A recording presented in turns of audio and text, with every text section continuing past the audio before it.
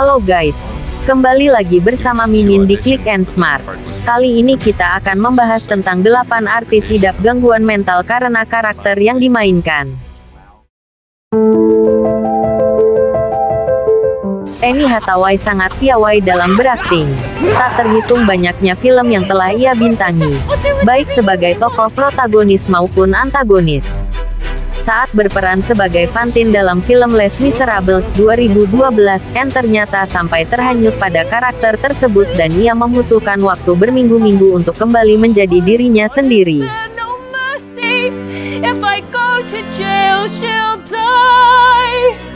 I have had such protestations every day for 20 years. Let's have no more explanations. Save your breath, save your tears. Ingat badut menyeramkan di film horor It 2017. Bill Skarsgård adalah aktor di balik karakter Pennywise si badut. Bill mengaku senang mendapatkan peran antagonis tersebut. Tetapi setelah syuting, ia kerap bermimpi tentang Pennywise yang menyeramkan. Even just to audition for this part was fun for me, because it's just like, do your interpretation of what you think the clown would be. Well, I'm Bob Gray. Pennywise to my friends. What do they call you? Georgie. Georgie. Now we aren't strangers, are we?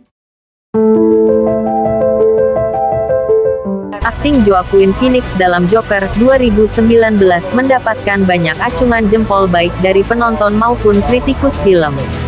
Namun, ada perjuangan luar biasa bagi Phoenix untuk memerankan karakter tersebut. Ia harus menurunkan berat badannya sebanyak 23 kg terlebih dahulu. Rupanya, penurunan berat badan yang drastis ini menimbulkan gangguan psikologis yang cukup serius.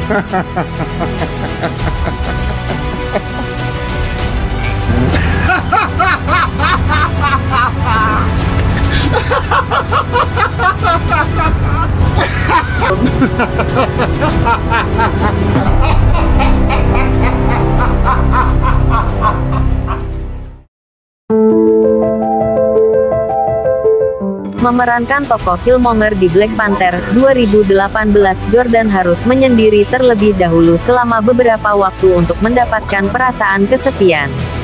Setelah syuting film selesai, ternyata perasaan kesepian tersebut masih menetap dalam hati dan pikirannya hingga beberapa waktu. Clothes is very street urban, high end fashion. Gara-gara adegan mandi di shower di film Marion Psycho 1960, aktor legendaris Janet Leigh jadi takut saat mandi. Alhasil, ia pun selalu mengunci pintu rumahnya saat mandi agar merasa aman.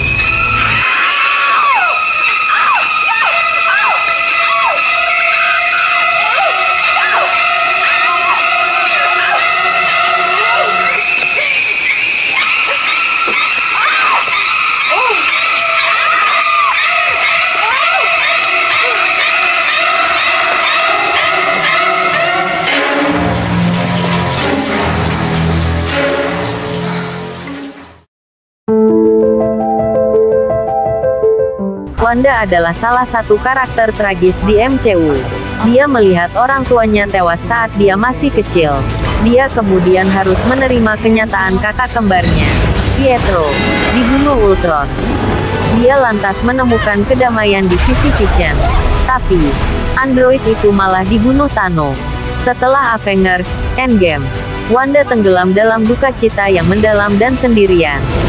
Amukannya di USPU sepertinya mengindikasikan kalau dia terkena episode psikotik, sebuah delusi yang dia ubah menjadi kenyataan melalui kekuatan sihir kacaunya. Sepanjang WandaVision, dia juga terlihat menderita depresi, dengan memperlihatkan sedikit energi sampai dia tidak bisa bangun dari tempat tidur.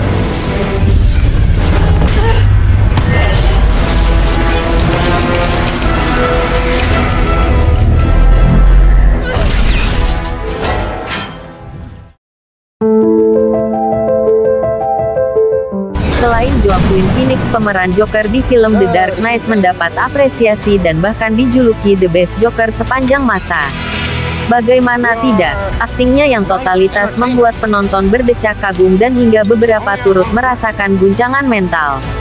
Namun tahukah bahwa ada fakta menyedihkan di balik itu semua? Tak sempat menyaksikan filmnya diputar di layar lebar, Heath Ledger, sang pemeran Joker tersebut, sudah lebih dahulu berpulang ke Yang Maha Kuasa. Pada 2008 lalu, para pecinta film Hollywood digegerkan oleh kematian Heath Ledger yang mengalami overdosis depresi. Bahkan Heath meninggal dunia sebelum film The Dark Knight dirilis dan ketika ia memenangkan piala Oscar berkat peran Joker yang dimainkannya. I'll settle for his love. We're not intimidated by thoughts. No. You remind me of my father. I hate my father. Okay, stop.